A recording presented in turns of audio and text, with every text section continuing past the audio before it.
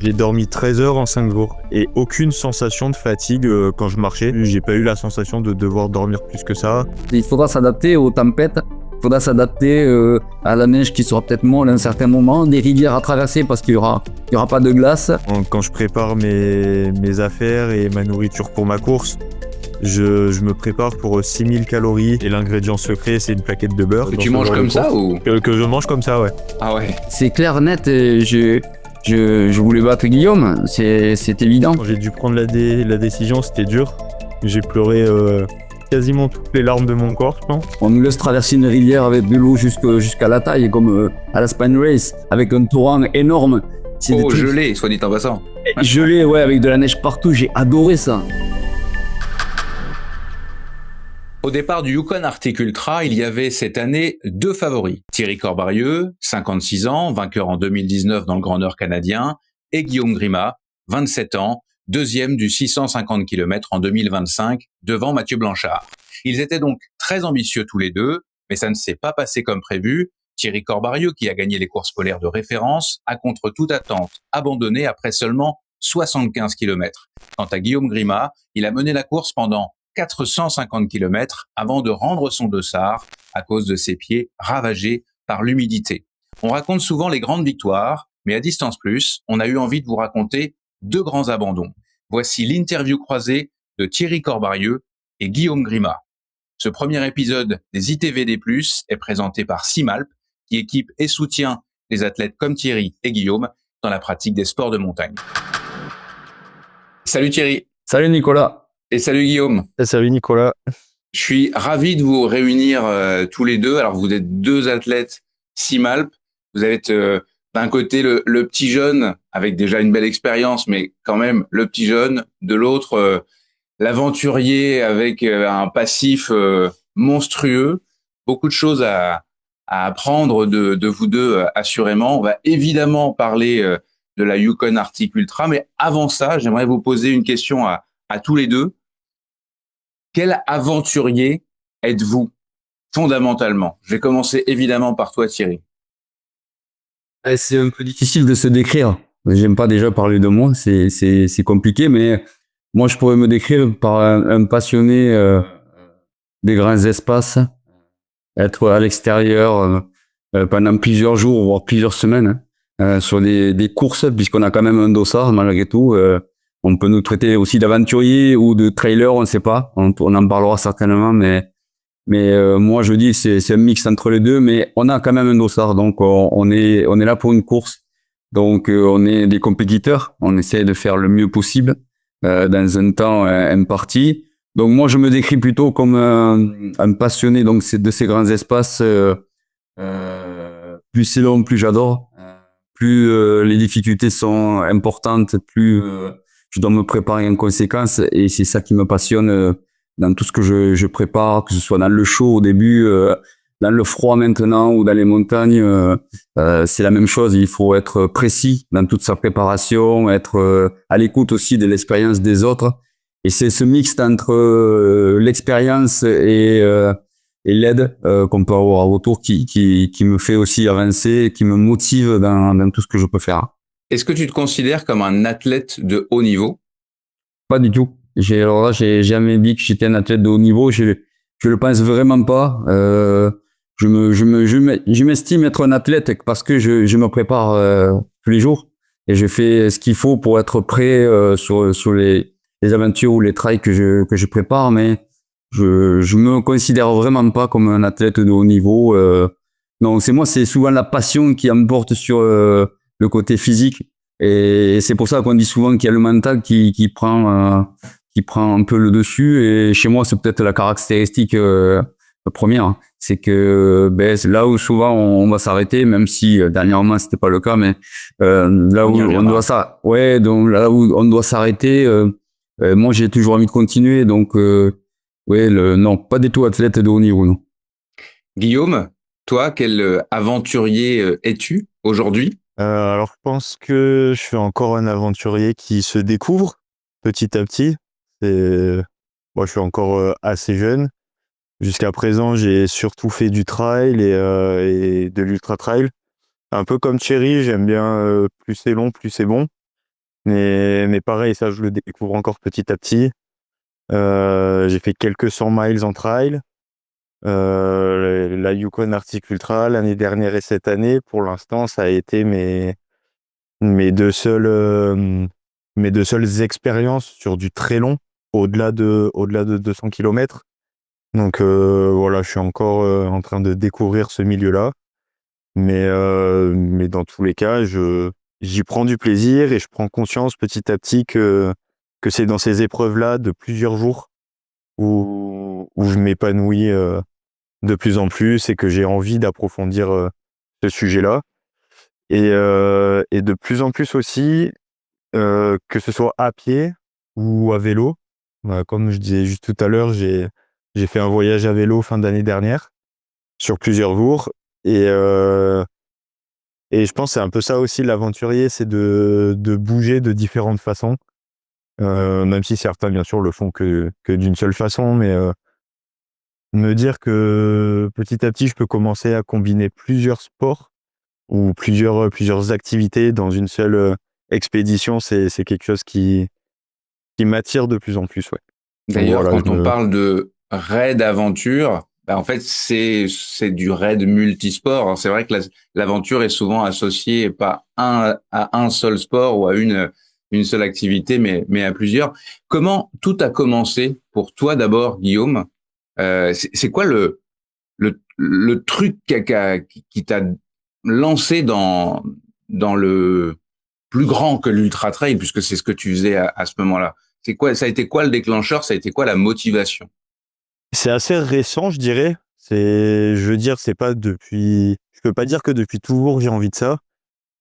Euh, En fait, pour moi, jusqu'à fin 2022, je regardais un peu les courses comme l'UTMB, la Diagonale des Fous. Pour moi, c'était les plus longues. Et je savais pas que ça existait plus long que ça. Et c'est quand je suis arrivé au Yukon la première fois, on m'a parlé du Yukon Arctic Ultra, et j'ai vu que ça faisait des centaines de kilomètres. Et pour moi, j'arrivais pas à me représenter ce que c'était ces distances-là. C'était presque inconcevable de me dire que des humains pouvaient faire ça. Et puis après, en regardant, en me renseignant, en feuilletant un peu sur le sujet, j'ai compris que c'était possible. Et donc je me suis pas dit du jour au lendemain, je vais faire ça. Je suis quelqu'un quand même qui réfléchit un peu à ce qu'il va faire. Donc, j'ai vu que ça existait, et puis quasiment, quasiment 3 ans plus tard, je me suis lancé l'année dernière sur une épreuve de ce genre, et j'ai compris que moi-même j'étais capable de le faire. En fait, c'est quand même très circonstanciel dans ton cas. Tu as rencontré le Voilà, c'est Yukon ça. en allant y vivre, et c'est ça qui t'a ouvert cette porte vers ce nouveau territoire qui est l'aventure, l'expédition polaire, etc. Mais voilà, c'est la rencontre avec le territoire finalement. Voilà, c'est ça. J'y suis pas du tout allé pour ça, pour ce genre de course, pour ce genre d'aventure. J'y suis allé pour découvrir ce territoire, les chiens de traîneau. Et en fait, du fait que j'étais sur place, j'ai découvert ça, je m'y suis intéressé. Donc ça a vraiment, c'est pas moi qui suis allé le chercher, on s'est rencontrés un jour, et puis ça a fait que je me suis retrouvé là-dedans, ouais. Et ça a vite tourné à l'obsession, comme on entend souvent, ou pas? Un petit peu, ouais. La première année, j'avais fait le 150 kilomètres, puis c'était une belle aventure, mais tout de suite, je me suis pas dit, je vais faire plus long.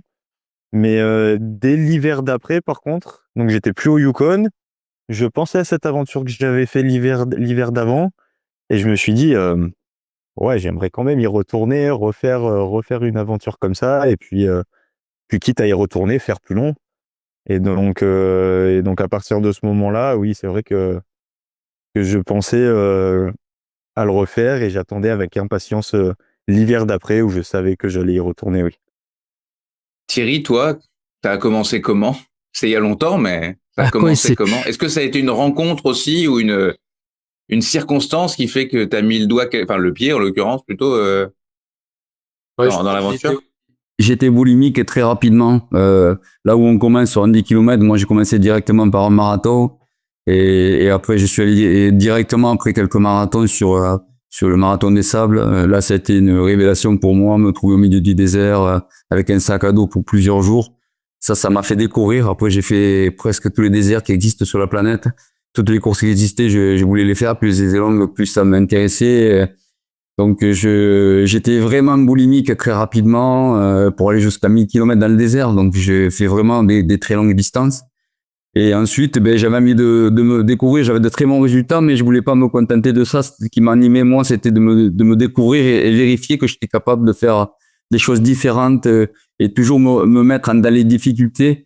Donc après avoir fait beaucoup de déserts et avec de très bons résultats, je suis allé dans la montagne où j'avais pas forcément là de bons résultats sur du format court. Dans mes montagnes, nous on fait plutôt le Mont-Calm, un format très engagé montagnard, mais je suis allé sur des longues distances pour faire la traversée des Pyrénées, la Transpyrénéale, 880 km, 65 000 de dénivelé positif. Et là, j'ai touché aussi ce qui me plaisait.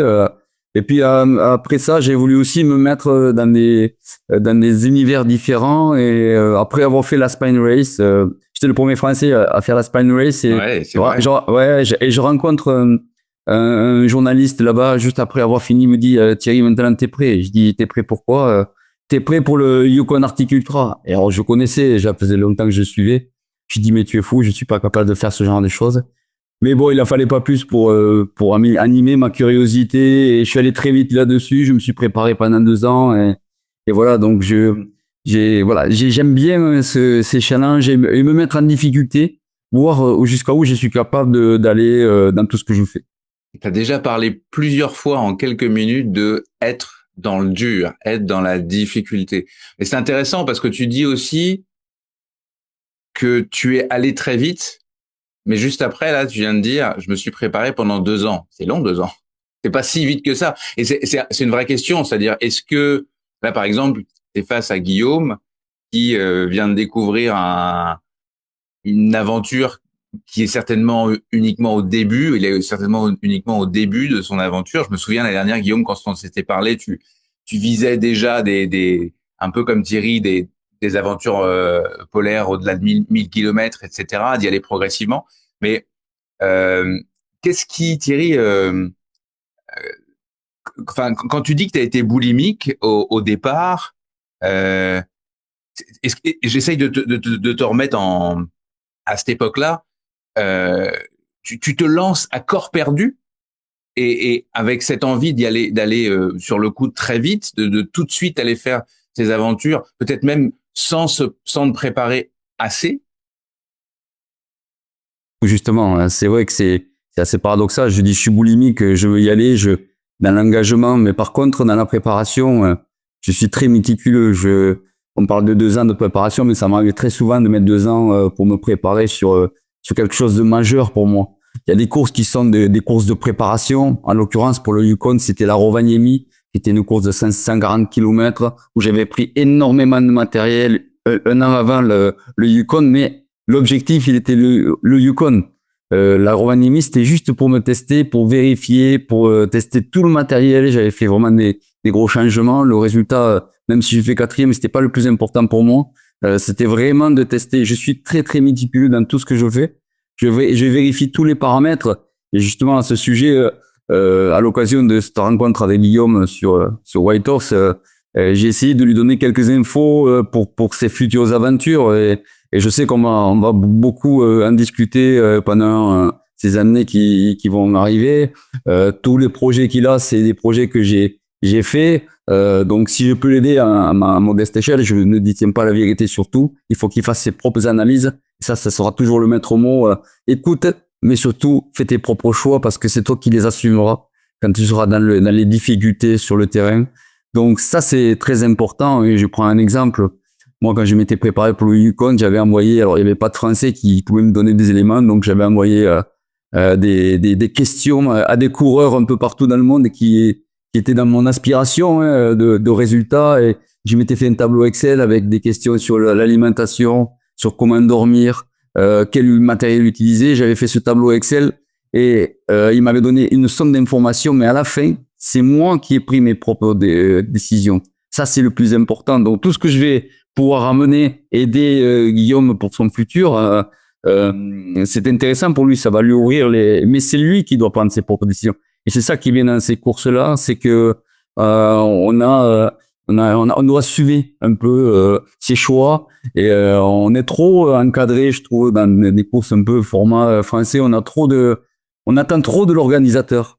On n'est plus, on n'est plus dans nous la découverte et assumer le fait qu'on veut aller un peu plus loin. Et moi, sur les formats anglo-saxons, c'est ce que j'aime, c'est que souvent on nous fait signer beaucoup de décharges pour que l'organisation ne soit pas engagée, mais au final, quand on a signé ces décharges, on nous laisse vivre notre aventure. On nous laisse traverser une rivière avec de l'eau jusqu'à la taille, comme à la Spine Race, avec un torrent énorme. C'est des Oh, trucs gelé, soit dit en passant. gelés, ouais, avec de la neige partout. J'ai adoré ça. J'ai vraiment adoré. Et jamais en France, on nous aurait fait passer par 20 kilomètres pour avoir un pont, alors que vraiment l'aventure, elle est là. Être trempé, on est seulement à 50 kilomètres du départ. On est trempé, on ne sait plus comment faire, on est gelé. Mais on va trouver la solution parce qu'on a réfléchi avant comment faire. Et c'est ça que j'aime vraiment dans ce domaine-là et tout ce que je pourrais. J'ai déjà identifié des choses que j'ai dit à Guillaume justement par rapport au Yukon et dans les futures courses parce que moi je me projette aussi pour moi, mais aussi j'ai l'occasion de pouvoir transmettre donc de transmettre à Guillaume un peu mon expérience. Et là, j'ai déjà identifié certaines choses. On va en discuter au fur et à mesure du temps, mais voilà, mon leitmotiv, il est là maintenant. C'est avancer ensemble. Guillaume, fils spirituel de Thierry Corbarieux. Alors Thierry, il a ses fils avec qui il fait ses aventures, hein. Mais est-ce que c'est un statut est-ce qui te va et qui te plaît d'avoir à disposition dans la même équipe, mais je sais même pas si c'est ça qui fait enfin ça serait peut-être la même chose si vous étiez pas tous les deux chez Simal, d'avoir un grand monsieur des expéditions et des aventures à ta disposition. Est-ce que c'est quelque chose qui peut faire la différence sur ta carrière à toi, tout simplement? C'est incroyable. Déjà, Thierry, on voit bien, c'est une mine d'or d'informations de par ses expériences et ses aventures. Il connaît plein de choses sur différents milieux, différents sujets. Donc c'est sûr que c'est un grand atout de l'avoir peut-être pas à disposition, mais de l'avoir dans mon entourage. Et en plus, bah, comme on est dans la même équipe, ça rajoute un lien. Et, euh, et c'est vrai que beaucoup de projets que j'ai pour les prochaines années, Thierry en a fait beaucoup de cela. Donc en fait, peu importe le milieu, ou le, ou le projet que j'ai envie de faire, il a forcément fait quelque chose là-dedans. Donc il aura forcément quelque chose à m'apporter, quelque chose à m'apprendre, des conseils. Voilà, après, comme il dit, c'est à moi aussi de me faire ma propre expérience sur ce qui peut fonctionner ou pas. Ce qui peut m'apporter, c'est son lui, c'est ce qui aura pu être bon pour lui. Mais expérience, moi, je m'en ferai, ça sera la mienne. Et voilà, ouais. C'est juste avant cette édition-ci, qu'est-ce que tu lui as demandé? En quoi c'était intéressant de questionner Thierry en sachant que tu avais déjà ta propre expérience. Tu l'as dit tout à l'heure, t'as commencé avec le 150 km. L'année dernière, évidemment, ça a été mis sur le feu des projecteurs, probablement en raison, à cause, grâce au fait que Mathieu Blanchard était au départ de la course et que tu as été en confrontation avec lui. Mais tu as terminé deuxième de cette course. Oui. Et là, tu arrivais avec ton expérience déjà quand même assez costaude, puisque tu vis aussi le territoire là-bas. T'es pas allé juste là-bas pour une course. Alors, qu'est-ce que tu avais de plus à demander à ce moment-là, avant le début on y reviendra sur le déroulé de cette année, mais avant, qu'est-ce que tu es allé chercher comme info? Alors, je dirais pas que c'était vraiment des infos précises.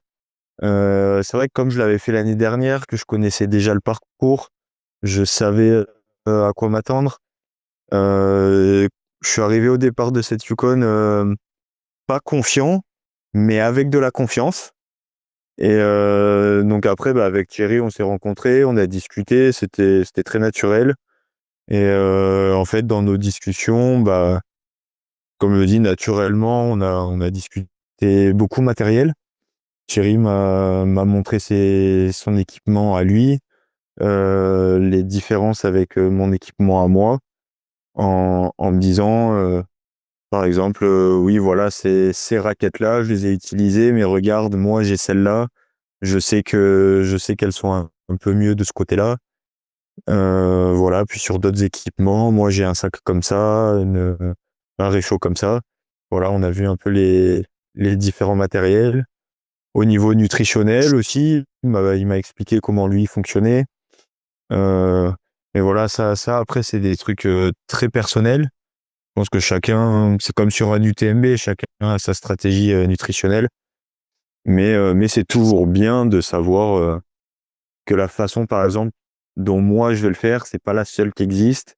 Et donc, je peux quand même aller piquer quelques idées chez Thierry qui sont loin d'être mauvaises, bien sûr. Et en l'occurrence, même pas piqué, parce que visiblement, il a envie de te les donner. Voilà, c'est ça. Non, Thierry est vraiment, comme il dit, il est dans le partage et ça se voit qu'il aime transmettre. Et puis, entre deux passionnés du même milieu, c'est vrai qu'on était tous les deux très investis dans cette discussion. Donc je prends vraiment tous les conseils qu'il me donne. C'est vraiment top, ouais. Avant de rentrer dans cette Yukon 2026, la notion de compétition, est-ce que c'est important pour vous? Est-ce que parce que Guillaume, par exemple, quand tu as pris le départ cette année, je crois que ton ambition c'était de gagner. Est-ce que la compétition est un moteur pour toi d'abord? Ou plutôt oui. Je suis assez compétiteur. J'ai un esprit de compétition assez développé depuis ça vraiment depuis que je suis tout petit. Que j'ai fait longtemps du tennis. J'ai aimé faire des matchs. J'ai fait des courses de ski aussi. J'aimais me comparer. Peut-être pas me comparer aux autres, mais être en compétition avec les autres, en tout cas. Donc c'est vrai que du coup cette année, quand je suis arrivé sur la Yukon après 2 deuxièmes places, l'idée de l'emporter enfin, c'était dans ma tête, bien sûr. Alors après, c'est très très long. Il peut se passer 1 minute pendant ces plusieurs jours de course. Donc après, une certaine stratégie s'est mise en place pendant la course, mais j'avais On va y une revenir stratégie avant la course. à ça. Ok, pas de souci. Mais oui, J'essaye j'y de allais question. avec une idée. Ouais, voilà. L'objectif quand tu as pris le départ, c'était de passer la ligne d'arrivée en avec la victoire. C'est ça, c'était le.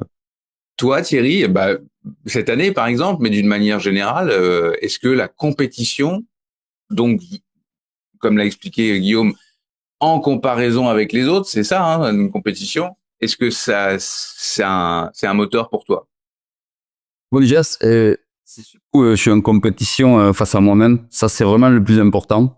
Comme je disais tout à l'heure, c'était vraiment de me prouver que je suis capable. Déjà, c'est une grosse compétition pour moi. Mais je vais pas me voiler la face. J'aime pas tous les coureurs qui disent, moi, je suis pas en compétition pour un peu, eux, se voiler la face. Je me suis toujours battu contre ça. Moi, je suis en compétition. Si je veux pas faire de compétition, je mets pas de dossard. Si je mets un dossard, c'est pour faire le mieux possible et pour être le plus performant possible. Je vais pas dire que je m'inscris à une course pour pas essayer de faire le mieux possible. C'est-à-dire, si je peux gagner, je vais essayer de gagner. Mais si je peux pas, je vais m'accrocher pour faire la meilleure place possible. Donc, je suis un compétiteur, oui. En vrai, et j'ai pas honte de le dire parce que c'est pas d'abord, c'est pas un défaut d'être compétiteur. On est sur une course. On a un dossard, encore une fois. On se prépare pendant des mois, voire des années pour un objectif et c'est comme ça. C'est la compétition. On veut se prouver et prouver qu'on est capable d'être performant le jour J ou alors nous c'est pas le jour J, c'est pendant plusieurs semaines ou par exemple plusieurs jours. C'est justement la différence avec d'autres disciplines, mais ça c'est génial, c'est de se mettre dans ces états, de vérifier.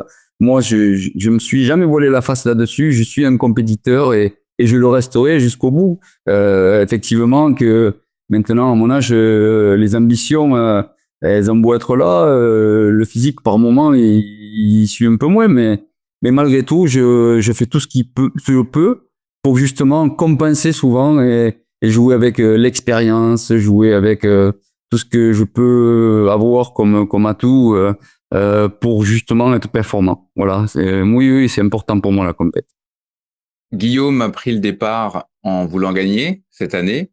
Toi, avant ce 650 km, tu étais dans quelle disposition? Battre Guillaume. Donc, Mais non, c'est une question dont je voulais savoir la réponse aussi. Ouais, ben écoute, c'est clair, net. Je voulais battre Guillaume, c'est évident. Dans ma tête, pour moi, c'était lui le mieux près de tous. C'était évident. J'ai vu toute sa préparation. Je lui ai dit d'ailleurs, vraiment, t'as fait le nécessaire. Alors, je voulais vraiment pas y mettre de pression. Ben, j'ai dit c'est ça. Je le pensais sincèrement. Il avait fait vraiment le nécessaire et c'est lui qui méritait le plus de gagner cette course parce que j'ai jamais fait des entraînements aussi poussés qu'il a pu faire dans des conditions où il était. Alors, il avait le bon contexte. Hein. Quand on est en France, on n'a pas les mêmes conditions, mais il s'était tellement préparé depuis des mois et des mois qu'il méritait de gagner. Mais c'est pas parce qu'il mérite que je vais le laisser faire. J'avais envie de me battre et de voir où j'en étais. Après 2 ans et demi de préparation de mon tour du monde avec mon fils, je voulais voir en compétition si j'étais capable encore de performer. Donc, c'était une énigme pour moi de savoir où j'allais me situer. Voilà. Bon, malheureusement, j'ai pas pu voir très longtemps, mais c'est vrai que oui, j'avais l'ambition d'être aux avant-postes. Alors, j'aurais fini deuxième, j'aurais été très heureux. Bon, troisième aussi, mais je voulais m'accrocher. Je voulais essayer de m'accrocher pour voir où j'en étais moi personnellement. Ça me fait très plaisir, soit dit en passant, de le savoir. tu avais envie, enfin, dans quel sens ça te fait plaisir de savoir qu'un gars comme Thierry avait cette ambition de te battre, de t'avoir, parce que c'est une question de respect d'une certaine manière. Enfin, ça te valorise, on va dire. Exactement, ça veut dire, enfin, pour moi, Thierry, je le vois comme quelqu'un de très bon dans ce domaine-là. Donc, de se dire qu'il a lui pour objectif quelqu'un de son niveau, de me battre moi, qui puisse me voir comme un concurrent sérieux face à lui, ça, comme tu dis, ça me valorise un peu, ça me fait un peu prendre conscience que je suis plus ou moins peut-être de son niveau, quoi. En fait, la préparation que tu as faite, il y a plus un monde qui s'inquiète sur le concurrent sérieux que tu peux être. Hein. Je veux dire, je te dis encore une fois, t'as vraiment fait ce qu'il fallait et ça s'est vu, quoi. Je veux dire, en plus, tu as beaucoup communiqué là-dessus et c'est vrai que moi, j'étais impressionné tous les jours. Hein. J'avais l'impression de pas me faire assez, quoi. Eh ben, c'est intéressant parce que je voulais vous parler de ça, de votre préparation respective. Alors, Guillaume, qu'est-ce que tu as fait depuis un an? Alors, t'es revenu en France, je crois, pendant quelques mois avant de repartir au Yukon, où tu as en partie ton travail, hein, je dis pas de bêtises. Oui. Et alors, à partir de cette deuxième place l'année dernière, tu t'es, je crois d'ailleurs que l'objectif était de passer un niveau au-dessus, non, initialement, avant de dire finalement je vais la refaire. Le but initialement, c'était d'aller à l'Iditarod en Alaska, bien sûr. Où tu es d'ailleurs, mais là comme bénévole. En ce moment. Mais Ouais. comme c'est ça, comme bénévole, c'est en ce moment. Ils sont partis hier. Le but initial, c'était d'être sur l'Iditarod cette année. Malheureusement, je me suis inscrit un peu trop tard et du coup, j'étais sur la liste d'attente. Et donc, pour pas perdre une année, entre guillemets, je me suis dit que j'allais refaire la Yukon. Ça me fera une expérience en plus, voilà, me permettre de un peu concrétiser ce que j'ai fait l'année dernière, confirmer à différents niveaux que ce que j'ai fait l'année dernière, c'était pas de la chance, mais c'est quelque chose qui marche au niveau nutrition, sommeil, niveau physique que j'ai essayé, d'augmenter encore un peu par rapport à l'année dernière. Donc voilà, c'est toujours une expérience à prendre pour être prêt et donc j'ai toujours pour projet de faire l'Editarod de l'année prochaine, oui. Ça veut dire quoi? Ça veut dire que malgré la performance que tu as réalisée l'an dernier, t'as nourri quelques doutes que peut-être tu serais pas capable de renouveler ça? T'avais ça dans la tête? Non, pas des doutes, mais c'est vrai que comme je suis tout nouveau dans ce milieu, je mis à part Mathieu qui était là et qui est un athlète, extraordinaire, l'athlète qu'on connaît, par rapport à d'autres spécialistes de ce type de course, je sais pas je sais pas où me situer, par exemple. Donc sur tous les coureurs qui sont ici à l'Editarod cette année, face à eux, et il y a des très bons coureurs de course polaire, je saurais pas vraiment me dire où je me situe, vu que j'ai pas encore eu l'occasion de me confronter à eux. Donc voilà, c'est vrai que donc je me prépare beaucoup pour ce genre de course, mais sans trop savoir si ce que je fais, par rapport à d'autres, c'est beaucoup ou si c'est dans la norme. Alors, comment on Voilà, se donc prépare? Là, visiblement, il y a deux types de préparation, mais comment on se prépare, surtout en étant en partie en France, dans des conditions de tempérées, on va dire, à une épreuve comme celle-là. Quels ont été d'abord, toi, Guillaume, les jalons que tu as posés pour arriver dans un état de forme, bien sûr, mais aussi prêt à affronter tout un tas euh, de pièges, je sais pas trop comment dire, mais enfin de particularités liées au monde polaire. On imagine évidemment le froid, on imagine évidemment la neige, et j'imagine qu'il y a pas que ça. D'ailleurs, cette année, on y reviendra aussi. Les conditions ont été totalement différentes, ou enfin en grande partie différentes par rapport à l'année dernière, où le froid mordant a dominé avec une neige dure, versus cette année où il a fait évidemment froid pour quelqu'un qui vit en France, mais pas si froid que ça, plutôt chaud pour quelqu'un qui vit dans cette partie du monde. et ben, comme tu l'as dit, tout à l'heure, j'étais en France, pendant l'été. En fait, j'étais en France, de mars jusqu'à fin novembre, mi-novembre, donc quand même une bonne partie de l'année en fin de compte. Donc là, en fait, pour la saison estivale, je pensais pas trop à la course polaire, à l'objectif, hivernal. J'ai fait ma saison estivale, comme n'importe quel trailer, en faisant du dénivelé, un peu de vitesse. Voilà, en vraiment me faisant plaisir, sur l'été. Et après j'ai commencé à penser, donc à la Yukon, à m'y préparer en tout cas à partir de début octobre. Donc j'étais encore en France à ce moment-là. Donc j'ai refait un cycle, un peu comme si je préparais une course, normale en fin de compte, enfin un trail, normal. Donc j'ai fait du dénivelé, je suis allé faire, 2 bivouacs en montagne. Donc les températures commençaient à descendre un petit peu. Chez moi, elles étaient déjà dans le négatif, dès qu'on passait 2 000-2 500 mètres d'altitude. Donc ça permettait de remettre un pied un peu dans le froid. Et puis après, dès que je suis revenu au Yukon, donc fin novembre, le 19 novembre, il me semble. Bah là, à partir de là, le 21 novembre, j'avais, ma poulka autour de la taille. Et puis j'ai pu me préparer pendant 10 semaines, vraiment spécifiquement, pour la Yukon. Et donc, chaque entraînement en tractant une poulka. Alors pas tous, mais une grande majorité, je dirais quand même, un bon 80-90 des entraînements, c'était avec la poulka. Chargé. Hem, ouais, c'est ça. Bah, pareil, mais toujours dans une optique de progression. C'est-à-dire, j'ai pas mis, 30 kilos d'un coup dans la poulka. J'ai commencé avec, 12, 15, 18, 20, et en augmentant également les distances. Pareil, en commençant à 10, 12, 15. pour réhabituer le corps à cet effort-là. Mais vu que je l'avais déjà fait l'année dernière et que je me dis que le corps a une bonne mémoire et les muscles également, on parle de la mémoire musculaire, j'ai augmenté tout ça assez rapidement. En fin de compte, au bout de 2 semaines, j'étais déjà avec 25 kilos dans la Pulka et puis à faire des sorties de 20, 25, 30 kilomètres assez rapidement. Et puis le corps a bien encaissé la préparation. J'étais bien content de ça. Donc voilà, j'ai pu arriver sur la Yukon vraiment dans des conditions optimales physiquement. Ouais. Avant de passer la parole à Thierry, quand tu te prépares avec une Pulka, question d'ignare, hein, mais tu cours ou tu marches?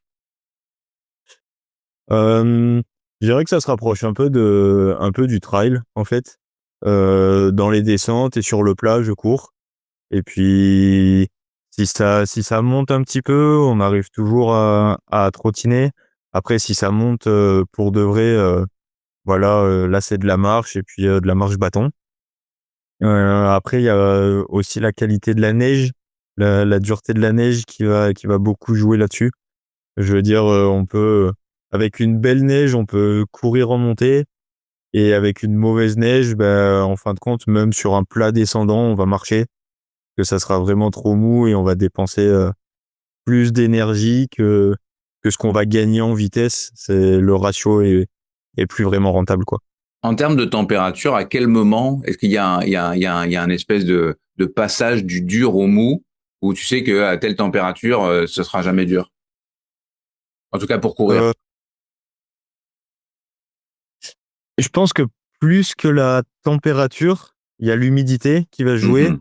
mais en fait, ça va beaucoup se jouer sur la préparation de la trail en amont également.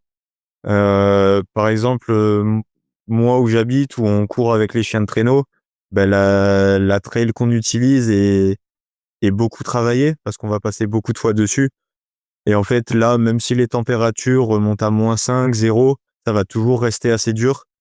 Alors que en comparaison, une trail qui va être faite, qui va être qui va être faite juste quelques fois par des motoneiges, bah, en fait, même si on y passe, 2 semaines après, ça aura pas le temps de durcir vraiment. Donc là, en fait, même s'il fait -15, ça va être compliqué de courir là-dessus. Donc plus que les températures, ça va être la préparation de la trail en amont qui va jouer dessus, ouais.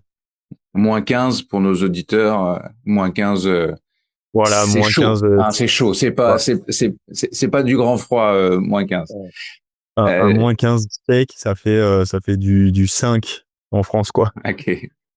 Thierry, toi, quand tu t'entraînes, tu t'entraînes où avec ta Pulka d'ailleurs? Et est-ce que tu es un entraîneur de marche rapide ou de course également comme Guillaume, autant que faire se peut? Bon, je m'entraîne peu avec la Pulka parce que déjà il faut les bonnes conditions chez nous pour qu'on puisse la sortir. Donc dans toute ma préparation en général, dans toutes les courses que j'ai fait, j'ai dû sortir 5-6 fois maximum la Pulka. C'est pas beaucoup, mais je fais plutôt des entraînements très spécifiques qui correspondent à ce qu'on va vivre, c'est-à-dire du renforcement musculaire. Ça peut être plutôt que de tirer la Pulka, tirer un pneu qui est plus compliqué que de tirer la Pulka. Ça c'est pas nouveau, beaucoup le font, surtout en expédition, hein. Tirer un pneu parce que c'est dur, c'est très dur de tirer, même si ça glissait jamais. Donc là, on travaille spécifiquement les muscles qui vont être sollicités pendant la course. Donc ça, c'est plutôt ça que je vais faire, plutôt des renforcements musculaires. Après un entraînement classique, bien sûr, parce que ça change pas grand-chose en fait. Même si on sait que sur ces courses-là, on marche beaucoup, parce que c'est pas évident de courir, et puis c'est contre-productif, comme l'a si bien décrit Guillaume. C'est contre-productif de vouloir courir avec une Pulka, à part dans des conditions plates, avec de la neige très dure. Bah, bien sûr, ça peut être intéressant, mais il faut même ponctuer. Même si c'est le cas, il faut ponctuer parce que souvent c'est très long. On peut pas les gens qui disent mais vous courez, vous marchez, oui, on court, on marche, on alterne, mais souvent on marche parce que faire 500 km, voire 1600 comme l'Alaska en courant, ne serait-ce que 10%, c'est impossible. C'est impossible. Physiologiquement, on peut pas, on laisse trop d'énergie. Il faut pas, on contracterait des tendinites trop rapidement. Donc, il faut s'économiser tout en allant vite et travailler spécifiquement, comme je disais, les muscles qui vont être très sollicités plutôt en faisant des renforcements. Ça, je fais beaucoup de renforcements.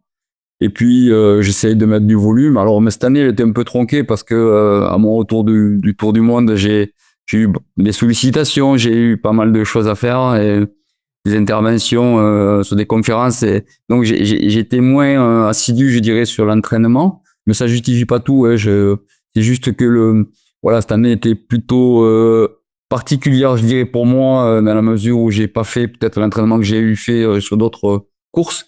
Malgré tout, ça reste quand même toujours assez, on tourne autour de la même chose, quoi. Comme je le disais, renforcement et puis entraînement régulier. Ce qui est le plus important pour moi, c'est de m'entraîner régulièrement, de sortir pratiquement tous les jours. Voilà. Mais voilà, il y a l'expérience et puis en fait, au début, ça me perturbait de me dire je m'entraîne pas dans des conditions par moins 10, moins 20 parce qu'on les a jamais chez nous. Et je m'entraîne pas, donc ça m'a perturbé au début. Mais comme je sais que j'ai déjà fait, ça m'a pas gêné dans ma course jusqu'à moins 43. Donc je sais que je sais faire. Donc je sais que j'ai l'expérience maintenant qui me permet de plus me stresser avec ça et je sais que ce qui va faire la différence quand il y a cette température là, c'est le matériel. C'est J'allais te comment poser la question. ouais, ben voilà, J'allais te dire, est-ce que tout le monde, est-ce qu'on est tous capables d'aller faire des aventures dans le grand froid? Parce qu'il y a plein de gens qui disent ah je pourrais pas. Mais est-ce que toi et Guillaume vous êtes des extraterrestres de ce point de vue-là ou finalement c'est plutôt une question de gestion de l'équipement, de ce qu'on va porter pour être en capacité d'avancer dans le grand froid? Je pense qu'on peut tous, si ce n'est qu'il y a des gens comme mon épouse, par exemple, qui a la maladie de Raynaud, c'est pas possible. Là, c'est très spécifique.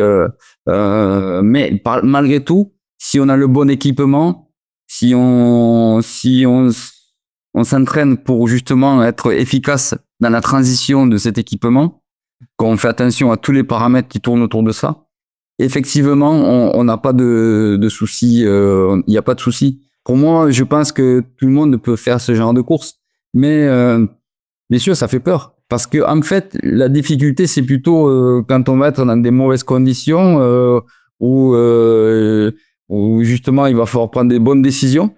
Il faut être en mesure de pouvoir les prendre. C'est ça la difficulté, je dirais. Ça m'est arrivé, moi, dans mon duvet, d'avoir vraiment un début d'engelure. Je le sentais, ça picotait. Et il fallait vite que je me remette en mouvement. J'ai beau avoir l'expérience, et j'ai eu la lucidité surtout de me dire remets-toi vite en mouvement parce que rester statique c'est pas bon. J'avais tout essayé, les chaufferettes qu'on met dans les gants, je l'avais mis dans les pieds, je sentais rien. Enfin, j'avais compris que j'avais passé un cap et il fallait vraiment avoir la lucidité. Et c'est ça le plus important en fait dans toutes ces courses-là, et notamment sur les courses polaires, c'est de garder la lucidité. Et pour la garder la lucidité, ça passe par une bonne alimentation, une bonne hydratation, ça c'est très important. Et puis se connaître, ça c'est vraiment c'est important. Alors, ça, se connaître, quand on démarre, on n'a pas forcément cette connaissance. Mais si on se renseigne encore une fois, si on pose les bonnes questions, si on fait des tests avant, on peut arriver quand même à déceler les problématiques. Et puis maintenant, avant c'était informel, maintenant on arrive quand même à avoir des informations assez importantes quand même sur ce type de course. Moi, je reçois des appels toute l'année pour des gens qui veulent se préparer sur des courses polaires. Donc on essaye d'informer les gens et leur dire les spécificités qu'il va y avoir sur ce type de course. Et donc on n'est plus dans moi je dirais en 2019 quand j'ai été sur le Yukon, c'était plus informel, puis il y avait très peu de Français qui l'avaient fait. C'est plus difficile de glaner des informations. Mais malgré tout, ces gens-là sont passionnés et en général, la passion l'emporte souvent sur l'esprit compétitif. Et donc du coup, ils donnent des mines d'informations pour tous les nouveaux concurrents. Tu parlais d'engelure, ça c'est un risque qu'on entend le plus souvent, j'ai l'impression, sur les courses polaires. Quand tu disais qu'il fallait se remettre en mouvement, c'est-à-dire que là, tu es dans une position, par exemple, où stratégiquement, tu t'es dit que c'était le moment de dormir un peu pour recharger les batteries, mais tu as réalisé que si tu dormais, ben tu prenais un vrai risque de plus pouvoir repartir, voire de mettre ton intégrité physique en danger, c'est ça, et que c'est parce que en mouvement, le sang circule, le sang étant chaud, ça réchauffe les parties qui sont en train de devenir de nécroser. Probablement une engelure, j'ai pas les termes exactement médicaux, mais ça ressemble un peu à ça. Oui, tu as fait raison, c'est exactement ça. Et dans ce cas tout précis que je racontais, en fait, j'étais resté sur un schéma. J'avais fait un tronçon l'année avant de 130 km, là où va justement Guillaume à Nicolai. Et on part de Rhône à Nicolai à 130 km. Donc, je connaissais ce parcours que j'avais fait sans m'arrêter. L'année avant, il faisait froid, mais c'était raisonnable. Et je l'avais fait d'une seule traite. Et j'étais resté sur ce format. Et là, par contre, il faisait moins 42. Donc, et j'étais certainement un peu plus fatigué. Et j'ai voulu essayer de rester sur ce schéma-là. Mais j'étais épuisé. Je me suis arrêté dans mon duvet parce que j'étais fatigué et j'ai pas su m'adapter. Et en fait, c'est ça la difficulté sur ces deux courses, c'est de s'adapter. Il faut s'adapter en permanence aux conditions du moment. Notamment cette année, Guillaume il s'entraînait pendant plusieurs semaines, voire un mois à moins 40, moins 46, peut-être plus, moins 48, tu m'as dit. Et donc, il s'est entraîné dans ces températures. Et quand on a commencé la course, il a fait quoi, moins 5. Donc, on était complètement à l'opposé de son entraînement, mais il a fallu s'adapter. Et tout ça, c'est justement la beauté de cette discipline, je dirais. C'est d'être en permanence dans l'adaptabilité, de trouver les solutions à nos problèmes. On aimerait avoir la neige qui corresponde à nos entraînements et surtout à ce qui nous convient à nous, c'est-à-dire qu'elle glisse, qu'elle soit bien comme il faut. Maintenant, c'est jamais le cas, malheureusement. Ou si c'est le cas, ça va être ponctuel parce que sur plusieurs jours, ça peut changer, ça évolue. Notamment quand il fera l'Iditarod, la 1600 km, là, la 1000 miles, ben là, c'est sûr que du début jusqu'à la fin, sur un mois, c'est jamais la même chose. Il faudra s'adapter aux tempêtes. Il faudra s'adapter à la neige qui sera peut-être molle à un certain moment, des rivières à traverser parce qu'il y aura pas de glace. Donc, il faudra l'équipement nécessaire. Tout ça, c'est de l'adaptabilité. Donc, il faut vraiment être conscient de ça et être prêt à ça. Et c'est pour ça que je disais, l'entraînement, c'est important, très important. Mais savoir comment on va réagir en se projetant sur toutes les difficultés qu'on va avoir, en se disant pas, moi j'ai fait comme ça l'année avant, cette année ça sera certainement les mêmes conditions. Non, ça sera jamais les mêmes conditions. C'est toujours différent, c'est complètement différent. Et là, oui, vas-y.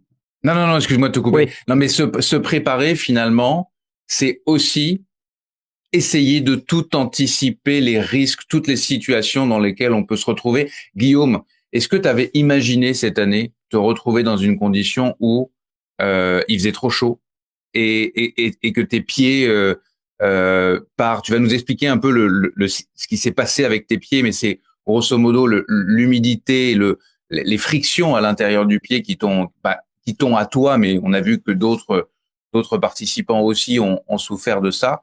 En fait, tes pieds ont été saccagés et à un moment donné, t'as dû prendre la décision d'arrêter après environ 450 kilomètres parce que c'était plus possible, quoi. Qu'est-ce qui s'est passé et est-ce que tu avais imaginé une situation pareille en te préparant?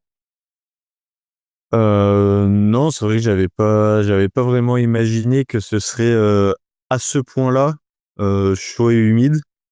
C'est vrai que ma préparation était, je veux dire, au niveau des températures et du climat que j'ai eu, c'était assez similaire à l'année dernière. C'est-à-dire qu'on a eu un mois de décembre assez froid, et ensuite c'est remonté en janvier. J'ai vérifié par rapport à l'année dernière. 3 semaines avant la course, on avait des températures positives. Il faisait 5-6 degrés. Et en fait, ça avait replongé. Et puis après, l'année dernière, on avait eu des températures très froides. Et donc, cette année, c'était pareil, un mois de décembre très froid. des températures qui sont remontées en janvier. Et donc, j'étais assez confiant sur le fait que ça allait redescendre pour la course. Mais en fait, c'est pas redescendu du coup. Et donc, comme l'a dit Thierry, on est parti. Il faisait -5, -4, quelque chose comme ça. Une neige très humide, presque imbibée d'eau. Et dès le départ. Et donc, c'était d'autres problématiques à gérer par rapport à l'année dernière. Et on n'avait pas le froid, on avait plutôt la chaleur. Donc là où d'habitude on On essaye t'a de vu pas en t-shirt transpirer. d'ailleurs. Ouais, bah quasiment, ouais. J'avais ma petite veste et puis mes grandes ouvertes, donc j'étais ouais quasiment en t-shirt. Et puis là, comme je disais, là où d'habitude on essaye de pas transpirer, bah là c'était inévitable. Mais finalement, comme il faisait pas si froid, c'était pas un grand danger non plus. Puis après, au fur et à mesure des heures, le corps il se régule un peu tout seul. Et au bout d'un moment, il arrête de transpirer et puis il se met à température de l'extérieur. Enfin, c'est comme ça que je le ressens en tout cas. Et puis pour parler de mes pieds, j'ai quand même fait 300 kilomètres, 300 kilomètres avec mes pieds qui ont bien tenu le coup. Et en fait, une astuce que j'avais pourtant essayé à l'entraînement, c'était de mettre des sacs plastiques dans mes chaussures pour euh, pour Oula, éviter. Thierry, il lève les sourcils. Je suis pas sûr que ce soit Ouais, c'était j'ai la bonne vu. idée. Non, C'était... voilà. Non, non, non, c'est sûr. Mais moi, une certitude, c'est que ça t'arrivera plus. Parce Ah, ça que c'est sûr. ça t'arrivera plus parce que déjà, tu vas user de cette expérience. Mais en même temps, ouais, là, il y a vraiment, ça m'est arrivé, hein. Ce qui t'est arrivé, ça m'est arrivé dans ma première course polaire. J'avais mis 3 paires de chaussettes tellement peur d'avoir un froid aux pieds. Et j'avais eu les pieds les mêmes que toi. Et c'était que sur 40 km, 140 km. Je me suis dit, mais jamais le Yukon, je vais y arriver. Et en fait, en discutant avec l'instructeur polaire, il m'a dit, mais qu'est-ce que tu m'as fait avec cette chaussette-là? Je me dis, mais n'importe quoi. On en avait plus discuté. Oui, mais n'importe quoi, les gars. Mais je pense que plein de gens spontanément, pour combattre le froid, vont se dire, bah, c'est une bonne idée, en fait, 3 paires de chaussettes. Et ouais, non, non, mais en plus, le pire, c'est qu'on en Et en avait fait, parlé il y a avec, plus d'air. On avait parlé avec Guillaume avant la course, juste avant, quelques jours de la course. J'avais parlé justement, moi, le fait de mettre des chaussettes étanches, c'était très important d'avoir juste une paire de chaussettes dessous avec des chaussettes étanches pour enlever cette humidité, sans penser que ça serait autant mouillé. Mais effectivement, c'était la solution. C'est pour ça que je dis que ça ne lui arrivera plus parce que c'est ça qu'il faut faire, hein. C'est mettre les bonnes chaussettes, c'est-à-dire pas surchauffer, donc pas mettre des chaussettes trop chaudes, Trop épaisse. voilà, ou trop épaisses. Ça, c'est vraiment le plus important parce qu'on n'a jamais froid aux pieds. Et après, de mettre cette fameuse chaussette étanche, on en a discuté. Ça, c'est vraiment, ça aurait réglé son problème. Et puis, la raquette qu'il a aussi, elle a pas une assise assez importante, donc elle aurait permis aussi ça. Et peut-être les guêtres, même moi, je fais l'erreur. J'avais pris une nouvelle guêtre très très light, très légère, mais inutile quoi. Elle Ah, était c'est ce pas, que c'est ce que donc j'avais, ouais. voilà, inutile. Elle a pas fait le job. Et là, j'ai repris mes vieilles guêtres quoi, pour que j'ai depuis le début où je connais les performances. Et c'est vrai que c'est des détails, mais c'est ce qui a fait, je pense, le fait qu'il s'arrête. Et il aurait eu juste un peu l'expérience de ça. Et jamais ils se sont arrêtés, jamais. Mais c'est toujours pareil. C'est l'expérience qui fait que c'est ce qui est intéressant dans ces courses. C'est cette expérience-là qui va le permettre d'évoluer et d'être plus performant sur les autres, quoi. Il n'y a pas de problème. C'est ça. Donc dans la chronologie, comme je disais, j'ai fait plus de 300 kilomètres où tout allait bien.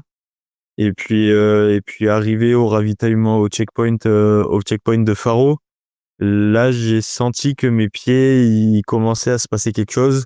Ils ont commencé à se friper, à devenir blancs. Et en repartant de Faro pour retourner à Ross River, il y a à peu près 65-70 kilomètres.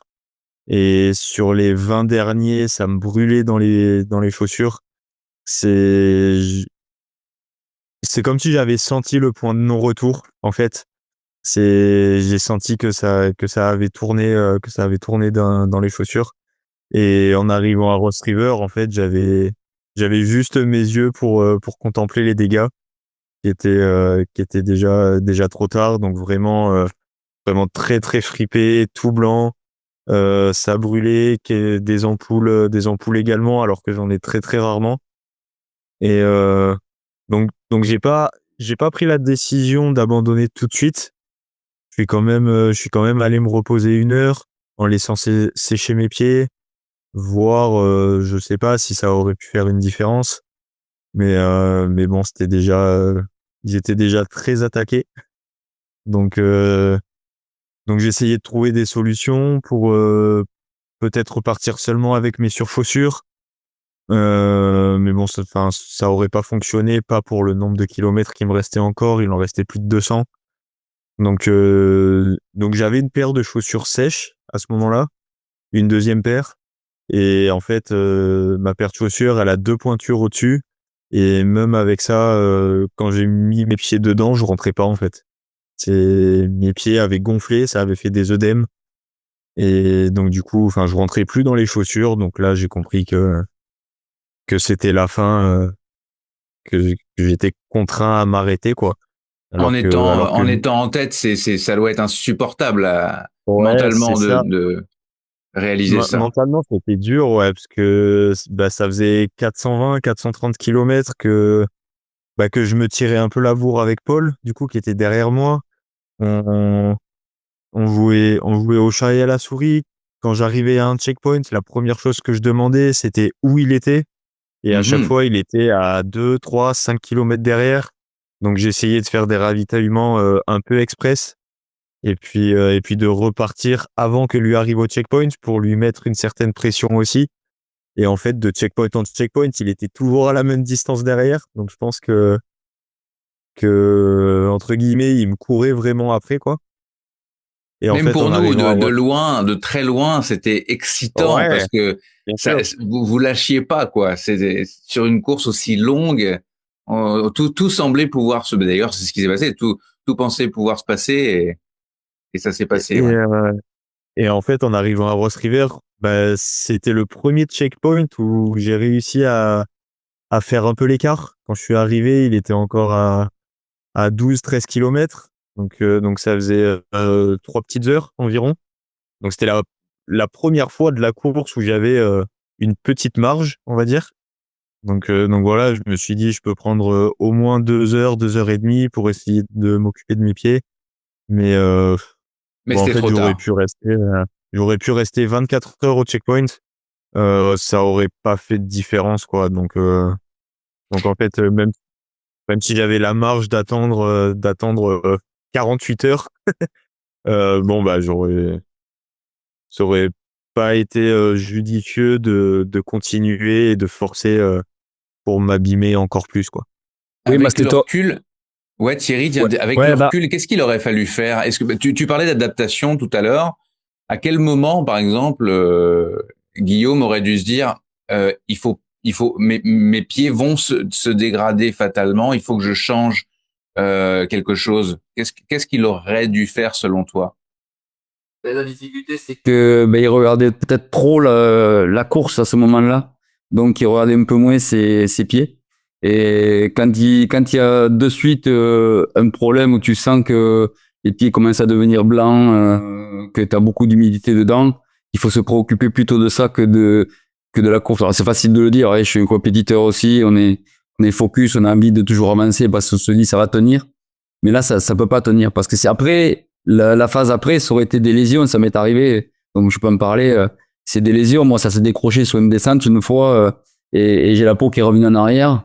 Et, Oh. et, et là, j'ai pas pu faire 1 mètre. Il a fallu venir me chercher sur place parce que j'ai vraiment énormément souffert et j'ai mis 3 semaines pour m'en remettre avec des grosses lésions sous la plante des pieds parce que quand les pieds sont dans un tel état, ils reviendront pas, c'est sûr. Il faut vraiment plusieurs jours pour venir, le mettre même dans du talc. Et en fait, c'est très long. Donc là, c'est avant, c'est toujours l'anticipation.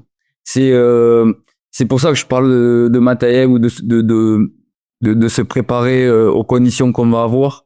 C'est-à-dire que euh, quand les pieds sont blancs, c'est déjà malheureusement c'est trop tard.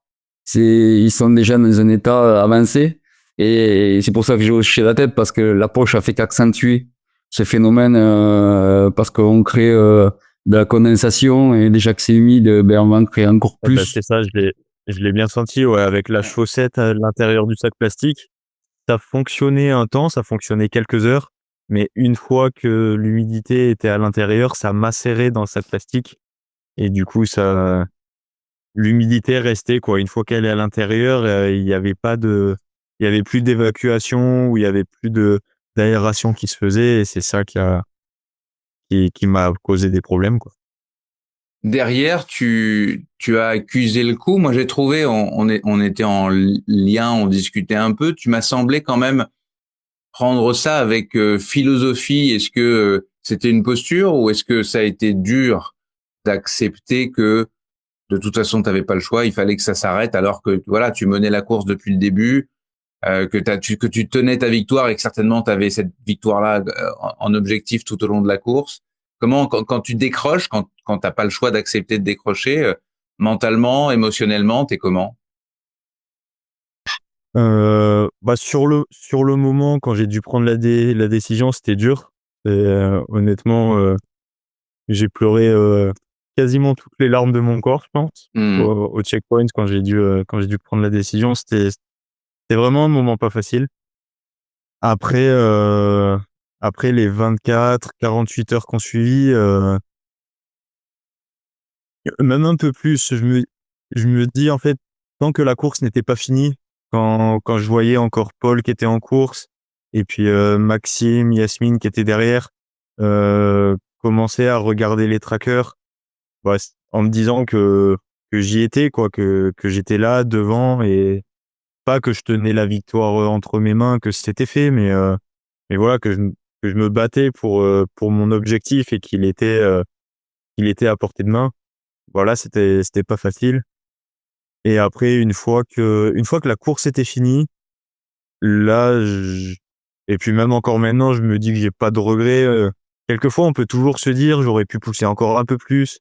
J'étais j'étais qu'à 80-90 de ce que je pouvais faire, mais je sais que je pouvais pas quoi, vu l'état de mes pieds, c'était puis avec ce que Thierry vient de dire, bon, bah, j'avais pas envie qu'il m'arrive ce genre de choses. Ça me conforte dans l'idée que c'était la bonne décision. Mais, heu, mais voilà, après très vite, je me suis concentré sur le positif. Même si j'ai pas fait, 600 kilomètres et la victoire en bonus, j'en ai quand même fait, 430 avec beaucoup de points positifs, comme j'ai pu confirmer que mon plan nutritionnel, il fonctionne. Au niveau du sommeil, j'étais très satisfait, j'ai très peu dormi, mais en Combien de même temps temps, sur combien de temps? j'ai j'ai dormi 13 heures en 5 jours. Effectivement, très peu. En cumulé, en comptant les nuits plus les micro-siestes. En tout, ça faisait 13 heures sur un peu plus de 5 jours de course et aucune sensation de fatigue, quand je marchais. J'ai pas eu la sensation de devoir dormir plus que ça. Je me suis pas endormi en marchant ou pas besoin de me reposer les yeux et puis, bah, ma forme physique, de par la belle préparation que j'ai pu effectuer, je me suis vraiment senti fort, heu, par rapport à l'année dernière où voilà, c'était de la découverte, ce milieu et puis cette distance-là, où je me laissais un peu porter par mes jambes. Chaque mètre était une découverte, donc je me laissais un peu porter, j'avançais petit à petit. Là, je me suis vraiment senti, plus fort. C'était moi qui décidais d'imprimer l'allure que je voulais, quoi. Je me sentais à l'aise dans l'effort, même après, 300-400 kilomètres. Thierry, la course s'est absolument pas passée comme prévu. C'est la première fois que tu as abandonné, mais alors pour le coup, c'est pas un abandon comme Guillaume après des jours et des jours. Toi, tu as abandonné quasiment au début, quoi, après 70 kilomètres quand même. Mais qu'est-ce qui s'est passé? Je pense que c'est une grande première pour dans toute ta carrière. Hein. Et j'ai déjà abandonné, mais sur des courses scolaires, c'était vraiment la première fois que ça m'arrivait. Et j'analyse encore, hein, qu'est-ce qui a pu. Alors, on a discuté avec mon Toubib, qu'est-ce qui a pu se passer. Il y a peut-être plusieurs facteurs. je pense que j'étais pas bien. Ça faisait 2 jours avant, je lui avais téléphoné parce que je me sentais pas forcément bien. J'avais des problèmes à l'estomac, j'étais pas bien. Ok. Mais bon, je me suis dit, c'est peut-être le fait de faire la course, même si je me mets moins de pression maintenant quand même qu'à l'époque, mais malgré tout, c'est peut-être ça. Donc j'ai mis ça sur ce compte-là. Ouais, non, peut-être pas, mais j'étais vraiment très très rapidement pas bien. C'est-à-dire que au bout de 2-3 heures, j'avançais plus, j'avais plus d'énergie. Chaque kilomètre était une souffrance. J'ai dit mais c'est pas possible, j'y arrive pas. Et ça a été une lutte d'arriver au premier CP. Déjà dans ma tête, là, j'y étais plus parce que je me voyais pas souffrir autant pendant 600 kilomètres. Donc j'ai dit mais je sais pas ce qui se passe, je suis vraiment pas bien. Même en marchant, même pas très vite, j'étais pas bien. Et je me suis dit, ben, moi qui dors pas beaucoup, ben, je vais me reposer, hein, je vais voir si ça va aller mieux, je vais me reposer. Je me suis arrêté, je me suis mis dans mon duvet pendant 8 heures dans le duvet. Donc, mon arrêt a été assez long, hein, j'ai mis plus de 9h30, 10 heures à l'arrêt au checkpoint, au premier. Ça aussi, c'était une grande première pour moi, de m'arrêter autant de temps. Et je me suis dit, bah, c'est pas grave, je suis là, il faut que j'essaie d'avancer, je vais pas m'arrêter comme ça. Et j'ai essayé de repartir. Et je suis reparti dans un premier temps, j'ai réussi à aller bien, hein. Dans la journée, je crois que j'ai doublé 6 ou 7 personnes, donc ça allait. J'ai commencé à me remettre en mouvement et puis au bout de 20 kilomètres, j'allais toujours pas mieux et j'ai pris la décision, mais alors difficile parce que j'ai mis beaucoup de kilomètres pour la prendre cette décision. Je savais que dans la tête j'y étais pas, mais de là à dire j'appuie sur le bouton pour dire j'arrête, c'est difficile. Puis je sais les circonstances derrière, c'est que ben après tant qu'elle n'est pas finie la course, je suis pas bien quoi. Comme Guillaume me le disait tout à l'heure, la délivrance, c'est quand elle s'arrête. Parce que on a envie d'aller voir. Enfin moi personnellement, j'ai envie d'aller voir où sont les autres, mais j'ai pas envie non plus. J'ai pas envie de savoir qu'ils vont aller au bout. Et c'est paradoxal. On est content pour eux. En plus, bon, il y avait quand même quelques Français que j'avais rencontrés. J'étais vraiment très content pour eux. Puis, mais on se dit qu'on n'est pas allé nous au bout et c'est vraiment c'est difficile. Voilà. Donc là, j'ai analysé. Donc avec mon Toubib, on rentre en France très rapidement. On a analysé la situation, on a discuté. Bon, il y avait plusieurs peut-être paramètres. Il y avait certainement que j'avais peut-être eu un virus, on ne sait pas, mais il y avait peut-être quelque chose qui m'a mis dans cet état-là. Peut-être que je suis parti plus vite avec ces jeunes là qui envoyaient devant. J'ai peut-être plus vite que d'habitude. Tu t'es fait avoir comme un bleu, oui. Alors certainement, mais en général, en général, je pars vite aussi, donc c'est pas forcément que ça. Voilà. Et puis peut-être c'était un peu tôt après mon tour du monde, je sais pas en fait. Je sais pas. J'ai analysé un peu ça et j'y vais avec beaucoup. Je me mets beaucoup moins de pas pression, mais là mon départ, je pars demain, hein, donc sur la prochaine. Parce que tu vas quand même avoir au moins le privilège de pouvoir rapidement repartir dans une compétition polaire et puis. Voilà, alors j'ai eu avec une autre philosophie. Le but c'est de toucher la ligne d'arrivée. Vraiment, ça j'y vais avec ça. Alors après, je suis toujours compétiteur, donc si je peux aussi faire quelque chose, je le ferai. Mais vraiment, j'ai envie d'arriver quoi. J'ai vraiment envie d'arriver. Il y a une cicatrice quoi. Il y a une cicatrice là. Oui. Bah, c'est toujours, on apprend. Hein, ce que je disais à Guillaume, tu feras pas les mêmes erreurs, mais tu vas réfléchir à pourquoi t'as pas fini. Et moi, je sais que j'ai pas envie de revivre, de rentrer chez moi prématurément. Et donc, je vais me mettre en condition. Et c'est pas plus mal. En plus, bon, j'ai des potes autour de moi qui me connaissent bien. Donc, on en a beaucoup discuté. On a fait des courses ensemble. Donc, depuis que je suis de retour, il me prépare justement à ce que je sois bien pour cette course. Et puis après, on verra. Après, les conditions, sont pas très bonnes, malheureusement, parce que il fait très froid ces dernières semaines hein, sur la Laponie suédoise là, et ça se réchauffe drôlement puisque il faisait jusqu'à moins 25, moins 35 la semaine dernière. C'était top. Mais là, ça va. Le départ, il risque de se faire. J'ai eu les infos hier soir de copains de Météo France là qui me disaient que on devrait faire un départ à 0 degré.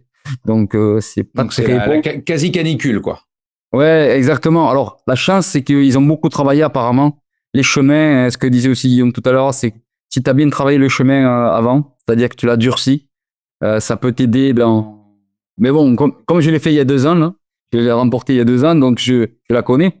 Et je sais que les 185 premiers kilomètres, c'est le plus difficile. Les premiers, ils sont difficiles parce qu'il y a du dénivelé, mais en même temps, c'est là où il y a la neige la plus molle.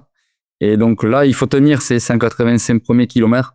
Après, ça sera pas facile, mais ça sera peut-être... Après, c'est un sprint. Après, on voilà, two shoes. Et le sprint final. Redis-nous le Lapland, Thierry, redis-nous le Lapland par rapport comment tu... pour comparer les deux courses, d'abord en termes de dimension, et puis Alors, qu'est-ce qui va faire la différence entre ces deux courses polaires? alors déjà, la Lapland, bon, c'est en Laponie suédoise. Hein. La Laponie suédoise, donc c'est plus proche de chez nous, donc ça c'est bien. Elle fait 500 kilomètres. 500 kilomètres et c'est deux boucles. Il y a 2 boucles. La première qui revient au point de départ et après on part sur la deuxième boucle. La différence, je dirais, entre le Yukon, ben, c'est le plus important pour moi, c'est les heures de jour et de nuit. C'est-à-dire qu'on a plus de jours puisqu'on a gagné un mois hein, sur le Yukon et ben si mes souvenirs sont bons, vers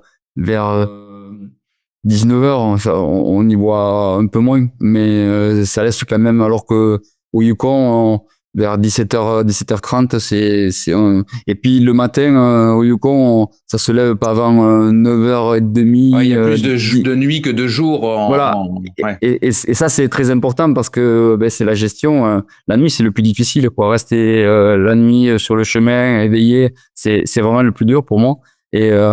Et donc ça, c'est la particularité. Alors on est 1 mois après, donc les températures en général, ils sont moins froides quand même qu'au Yukon, mais bon, ça peut aller très vite. Hein. Il y a aussi des températures très froides dans ces zones-là, mais en général, au mois de mars, c'est plutôt les tempêtes whiteout qui peuvent arriver. Ça m'est arrivé quand j'ai fait le Kungsleden en solo il y a quelques années. Tout seul en expédition, j'en ai vécu dans la même période et je sais que quand ça arrive c'est très difficile parce qu'on peut pas s'orienter et donc voilà, donc ça c'est la particularité. Après il y a peu de différence, hein. On est toujours pareil, hein. On est une luge, on a une distance, il faut la parcourir dans des conditions, c'est de la gestion, on est à peu près dans les similitudes, mais sinon voilà. Donc ça alors je la connais, la différence c'est que le parcours je le connais puisque c'est le même qu'il y a 2 ans quand je l'ai fait.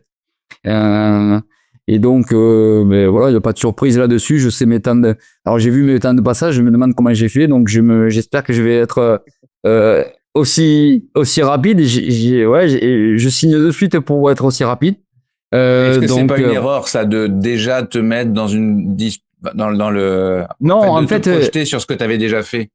Non, alors oui, parce que j'ai horreur. En fait, je sais pas pourquoi j'ai fait ça cette année. C'est que je fais jamais les mêmes courses.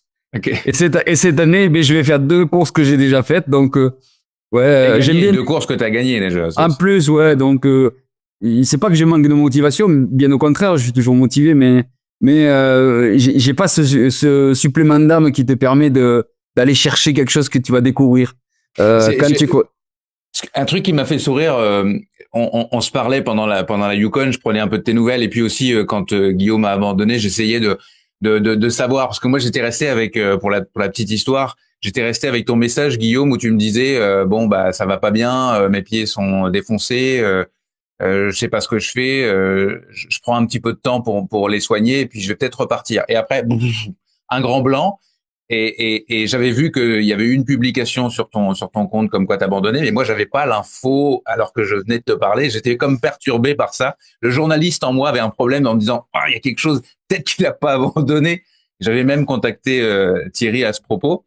Et Thierry lui revenait d'une randonnée en kayak. Je dis ouais, je veux dire ça a complètement changé de décor. Oui, là. Donc quand même Thierry, entre 2 courses polaires, tu vas t'entraîner en kayak. Et oui, je vais m'entraîner en kayak parce que je reviens au Yukon dans quelques mois. Au mois de juin, je vais faire la plus vieille course du monde. Et c'est une grande première pour moi parce que j'ai jamais fait de kayak. C'est ça la particularité. Okay, ouais. Voilà, donc je vais faire 715 km. En fait, tout ce que j'ai fait en 2019, c'est-à-dire de Whitehorse à Dawson, que j'ai fait en plein hiver avec une luge, mais là, cette fois-ci, je vais le faire en kayak avec mon fils, en duo. Et on s'inscrit donc à la Yukon River Quest, une course donc en ligne de 700 km. Et donc, je suis obligé de me préparer. Donc, je me suis préparé en rentrant de Yukon, mais dès que je vais rentrer de Laponie, j'ai 2 mois pour me préparer à cette aventure extraordinaire. Donc, j'ai hâte et je pense que je verrai Guillaume là-bas d'ailleurs. Je refais un petit retour en arrière. Je reviens à ton abandon, Thierry. Tout à l'heure, tu as dit j'ai déclenché. J'aimerais qu'on comprenne parce que on n'a pas idée, je pense, de l'immensité dans laquelle vous vous plongez quand vous allez dans une course comme celle-là. Toi, t'es au bout t'as parcouru 70 kilomètres. Tu sais que tu disais tout à l'heure un abandon et tout ce que ça implique. C'est-à-dire qu'au moment où tu appuies, tu déclenches la balise SOS, en gros, c'est fini. Tu t'appelles les secours et là, il y a toute une machine de l'organisation qui se met en branle. C'est ça? Tu peux plus faire marche arrière, mais il y a plusieurs niveaux de déclenchement. Il y a sur notre, on a des balises, hein, peu importe quelle qu'elle soit. Là, c'était une spot, mais ça aurait pu être une Inrich, peu importe. Et il y a plusieurs niveaux. Si vraiment il y a quelque chose de très urgent, on déclenche des secours, je dirais classiques, avec des rangers qui peuvent venir très rapidement sur nous. Mais ça, c'est vraiment l'ultime. Il faut vraiment que ça soit vital. Puis après, on a un déclenchement pour dire à l'organisateur, j'arrête la course à l'endroit où je suis. Après, on a une balise Inrich qui nous permet d'envoyer des SMS via satellite pour dire ce qu'on a et communiquer quand c'est qu'ils vont pouvoir venir. En l'occurrence, moi, il m'a dit mets-toi dans ton duvet parce que tu vas mettre très longtemps pour venir. Tu es vraiment isolé et il y a déjà 5 personnes qui ont abandonné devant toi. Ils sont prioritaires. Donc, j'ai attendu 6 heures dans mon duvet qu'on vienne me chercher. Donc, bon, heureusement, les conditions étaient bonnes cette année, mais quand t'es statique, que t'as fini, si je me suis arrêté, c'est que j'étais pas forcément bien. C'est long quand même 6 heures. Donc, ça aussi, il faut être prêt. Alors, je l'avais jamais vécu, mais bon, après, je me l'imaginais bien, hein. C'était l'attente avec plein de choses qui faut réfléchir. Là, tu te reprojettes déjà. le moral qui est à zéro. Le moral qui est à zéro, de me dire déjà la prochaine, j'y vais pas. C'est pas la peine. Si c'est pour faire la même chose. Et puis après, on change vite d'avis, mais ça, c'est normal. Hein, c'est comme après un marathon. T'as un moment pensé que le Lapland, tu faisais une croix dessus non, aussi. Ouais. En fait, je savais pas ce que j'avais vraiment. Et je lui dis, bon, mais j'ai peut-être pas fait ce qu'il faut non plus, donc j'y vais pas, quoi. Ça sert à rien de me mettre dans des états pareils. C'est chaque fois une souffrance d'arrêter. Parce que tu te dis, pour toi, c'est un échec et tu t'es préparé, tu as fait des sacrifices, il faut se dire aussi que ton environnement familial, il tourne aussi autour de ça et tu sais ce que ça représente pour eux d'attendre que tu t'entraînes, d'avoir l'inquiétude aussi quand tu déclenches. Tout ça, c'est parce que moi j'étais en communication avec mon épouse pour lui dire où j'en étais, pourquoi, comment. Mais on sait que ça aussi c'est à prendre en compte tous ces sacrifices là. Il faut quand tu déclenches, et c'est démultiplié. Il faut vraiment. Donc j'ai pensé ne pas aller en Laponie en me disant mais c'est pas la peine que je recommence ça. Mais j'étais inscrit. Voilà, ça a vite passé. Et j'ai encore pensé. Je m'étais pas encore dit oui ou non avant d'avoir vu mon docteur. Et puis en avoir discuté avec lui, après avoir émis l'hypothèse des problématiques que j'ai pu trouver.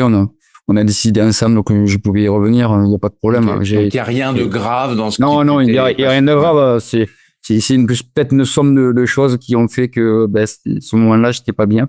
Mm-hmm. Donc j'ai encore ça quand même dans la tête avant. Allez, donc ça, je voudrais quand même le sortir aussi. De me dire, alors que j'y vais assez serein quand même sur ces courses-là. Je dis pas j'y vais la fleur au fusil parce que c'est pas vrai. Mais par contre, j'y vais avec beaucoup plus de sérénité. J'ai de l'expérience maintenant. Je sais comment ça fonctionne et c'est du plaisir. Donc je me dis, c'est génial. Je vais passer autant de temps. Je vais m'organiser. Je vais dormir dans ces milieux-là, dans mon duvet. C'est même si on est mal, mais c'est extraordinaire de se dire ça. Se dire on est au milieu de nulle part dans son duvet, t'es complètement gelé, mais mais tu vis quelque chose Mais c'est d'unique. formidable. Non, mais c'est unique. C'est des moments uniques. Ouais, voilà, c'est ça. Mais voilà, donc j'ai quand même cette et ça c'est chouette parce que ben quelque part ça me donne aussi cette adrénaline de dire ben je prends un départ avec beaucoup d'incertitudes et qui vont se dissiper certainement, j'espère du moins au fur et à mesure du temps et de l'avancement de la course. Voilà. Guillaume, Thierry parlait de l'impact de son abandon, d'une certaine culpabilité aussi d'avoir abandonné. Toi, est-ce que l'abandon là aujourd'hui, avec maintenant quand même quelques jours de recul, est-ce que tout le travail que tu as fait pour arriver prêt à cette course est un poids, ou est-ce que tu as réussi à rendre ça plus léger et à mettre de côté le fait que t'es pas allé au bout de cette course malgré tout l'investissement? Bah, c'est sûr que ça fait un peu, je vais dire un peu mal au cœur d'arrêter si près du but final après s'être préparé pendant des semaines, des mois, s'être investi physiquement, mentalement, euh, avec beaucoup d'énergie, beaucoup d'implication, et puis financièrement aussi un petit peu. Donc voilà, mais après, bon, ce côté-là, on peut le mettre un peu de côté. Oui, voilà. Ouais. Euh, mais c'est pas perdu. C'est toujours, je veux dire, la préparation que moi j'ai faite, c'était vraiment presque une aventure aussi en soi, parce que j'ai jamais fait autant de kilomètres à l'entraînement, j'ai jamais fait autant de volume, autant d'heures. Donc voilà, je me suis découvert aussi moi-même via cette préparation. Et puis en elle-même, elle est pas perdue. Je l'ai mis à profit sur cette course-là.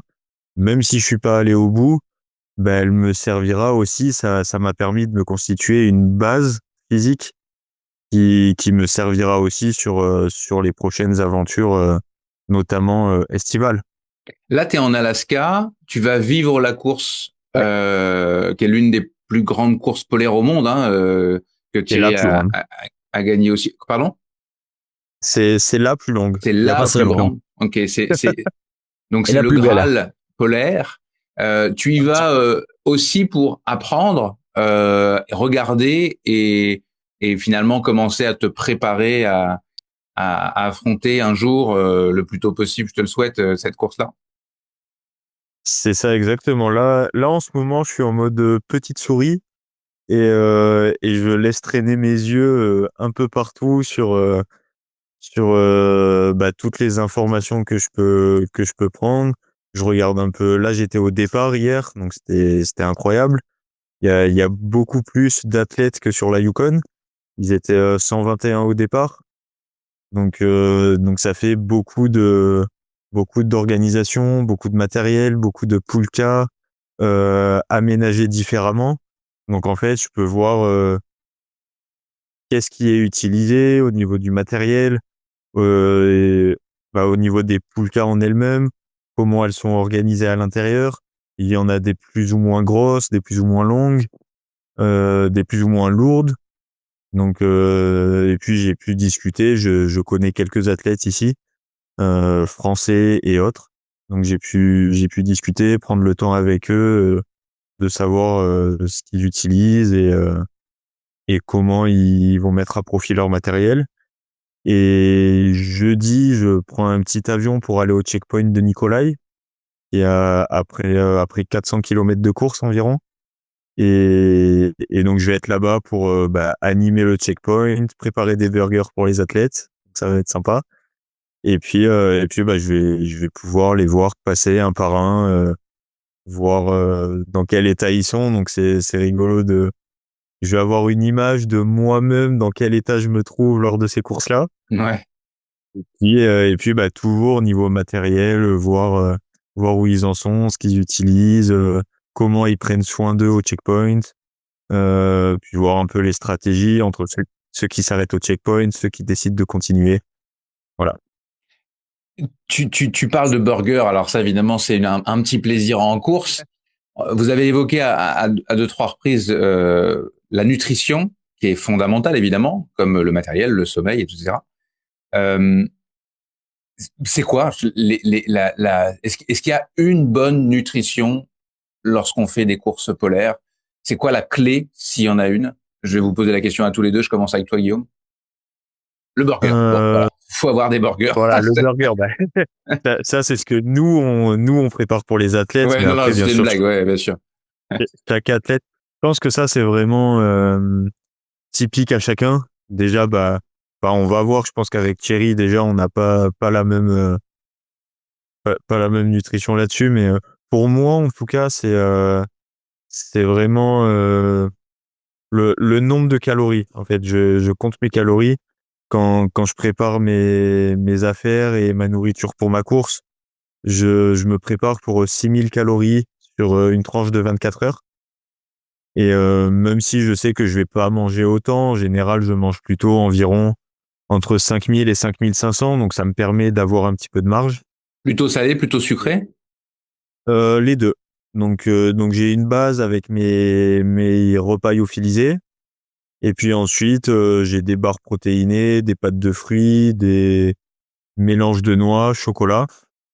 Et l'ingrédient secret, c'est une plaquette de beurre. Ok. Et c'est de beurre salé, je sais pas, c'est un petit plaisir que j'aime bien Que dans tu ce manges genre de comme ça course. ou? Que je mange comme ça, ouais. Ah ouais. Soit que je mange comme ça, soit que je fais fondre dans mes lyophilisés. Voilà, ça rajoute des calories assez facilement. Donc voilà, après je peux laisser répondre Thierry pour savoir ce qui fonctionne pour lui. Juste parce que c'est pareil, je pense qu'il y a plein de gens qui vont nous écouter qui n'ont pas forcément d'expérience en expédition polaire, mais quand on va sur un ultra trail, on prend rarement un réchaud. Là, pour pouvoir manger, il faut que vous ayez, je pense même que c'est dans le matériel obligatoire, un petit réchaud dans votre poulka pour pouvoir vous préparer de la bouffe pendant la course. Ouais, alors Oui. le réchaud, Ouais, on vas-y. l'a. Le réchaud, on l'a, mais pour ma part, en tout cas, le but, c'est de l'utiliser le moins possible, voire pas du tout. Ok. Parce qu'en fin de compte, au checkpoint, on nous fournit de l'eau chaude qu'on peut transporter avec nous dans des thermos. Donc, pour les lyophilisés, par exemple, on peut directement mettre l'eau chaude dedans sans avoir besoin de la faire réchauffer avec notre réchaud. Le réchaud, pour ma part, il est plutôt là en matériel pas d'urgence, mais un peu de dernier recours si jamais on est en manque d'eau entre deux checkpoints Pour faire fondre pour la neige. voilà, exactement, pour pouvoir remplir nos thermos pour arriver au prochain checkpoint. Mais sur mes 3 Yukon que j'ai pu faire, j'ai pas encore eu besoin d'utiliser mon thermos parce que aussi les checkpoints sont pas distants de centaines de kilomètres, quoi. Sur les Thierry, Litarodes, c'est sûrement une autre paire de manches. ouais. Thierry, toi sur la nutrition, Ouais, bien sûr. Pour parler du réchaud, et la particularité, c'est qu'il y a des tests. Le réchaud, en général, on allume, on met une allumette, ça s'allume de suite. Là, c'est quand même des réchauds avec de l'essence. Donc, il y a quand même des tests et c'est obligatoire pour pouvoir démarrer, prendre le départ de ces courses. On le fait sur place avec les organisateurs. C'est de savoir utiliser son réchaud. Parce qu'il y a une mise en chauffe, c'est tout un processus et ça, c'est déjà quelque chose. une sacrée technique. Oui, il faut s'entraîner. Ça fait partie de l'entraînement, même si il a raison, Guillaume, on essaie de l'utiliser le moins possible. Ouais, voilà, on essaie de l'utiliser le moins possible. Moi aussi, je le sors que très très rarement parce que c'est toujours de l'énergie, c'est toujours de la perte de temps, voilà, tout ça fait que j'essaie de pas du tout l'utiliser, moi non plus. Par contre, bon, sur la nutrition, au départ, je faisais un peu comme Guillaume où je calculais mes calories, je regardais ce que j'avais besoin en apport de calories par jour, parce que même quand il fait moins 40, quand on est dans notre duvet, on dépense de l'énergie, donc on a besoin de calories, même quand on est au repos. Donc ça demande un certain nombre de calories par jour. Maintenant, j'ai arrêté tout ça parce que c'est ce que je lui ai dit à Guillaume, c'est que je vois que je ramenais beaucoup plus de lyophilisés que à chaque course et donc j'ai arrêté de calculer. Maintenant je me connais, je sais ce que j'ai besoin. Je sais que quand je vais être au checkpoint, je vais peut-être utiliser les lyophilisés. Je les utilise pas, je prends que des prises rapides. Donc effectivement, lui, je sais qu'il utilise des lyophilisés entre les CP. Sur Nikolai, par exemple, Ron et Nikolai, ce que je disais tout à l'heure, il y a 130 km. Bien sûr que là, on est obligé de prendre du lyophilisé parce que c'est un besoin. Hein. Il faut amener quand même de l'énergie. Mais par contre, voilà, moi j'essaye maintenant de moins calculer les calories, mais être plus concentré sur une prise régulière. C'est-à-dire que j'essaye d'avoir toujours des repas à proximité et toujours manger très très régulièrement. Et alors d'autant plus que j'ai pris l'expérience de Béate, qui est aussi cette année que tu as rencontré, Guillaume. Avec qui on a terminé ensemble la mine maïs là il y a 3 ans. Et en fait, Béat, lui, il mange toute la journée. Toute la journée, il a un sac. Il met ses mains dans le sac à l'arrière et il mange toute la journée. Et moi, j'ai fait du mimétisme à un certain moment. Je faisais comme lui, quoi. Je dis, il le fait, il faut que je fasse pareil. Et c'est vrai, c'est un peu le secret, c'est de s'alimenter très, très régulièrement. Je pense que déjà, ça occupe l'esprit. Ça fait du bien aussi de manger parce que justement c'est long et on en a besoin. Mais c'était ça peut-être le secret. Pas attendre d'en avoir besoin, c'est plutôt anticiper, essayer d'être régulier sur son alimentation. Alors ça demande aussi beaucoup d'organisation parce que il faut savoir le temps qu'on va y mettre, avoir la nutrition au bon moment. Et ça, c'est vrai que c'est particulier.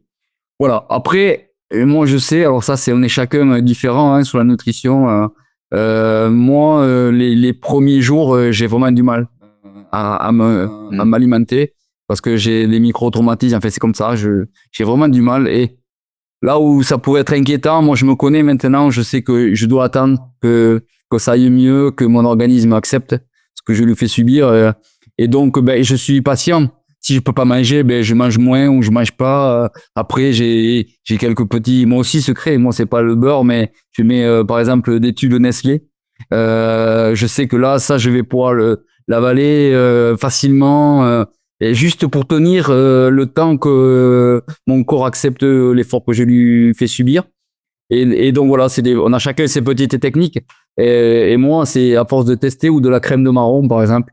Un tube, plaisir, je le mets sur. En fait, le plaisir dans une nutrition un peu compliquée, c'est essentiel, surtout sur du plusieurs jours comme ça. Ah oui, c'est le plaisir, mais dans un premier temps, c'est de la nécessité. Après, ça va devenir du plaisir. Mm-hmm. Mais parce que après, on est là, plus ça va dans le temps, plus on est affamé, quoi. Plus là, on mangerait n'importe quoi. J'ai vécu aussi sur une course polaire. Pas avoir assez d'alimentation pendant 2 jours où j'ai pensé qu'à ça. C'est devenu une obsession. Une obsession, mais que j'avais jamais vécue. Et j'espère que je ne le vivrai jamais parce que ça devient vraiment, on ne pense qu'à ça du matin au soir. Et j'avais plus rien à manger. Et je m'étais mal organisé. Là, j'avais vraiment plus rien. Et jusqu'à mon sac de survie, là, enfin, sac que j'avais envoyé par la poste, j'étais en stress, quoi, parce que j'avais plus rien à me mettre sous la dent. Et là, c'est terrible. C'est terrible parce que j'ai attendu. J'ai attendu et j'ai passé 2 jours comme ça, horrible, où je ne pensais qu'à ça. Et j'avais qu'un objectif, c'était d'arriver au sac. Et en plus que c'était dans des moments où il y avait beaucoup de dénivelé et j'avais besoin d'énergie pour avancer.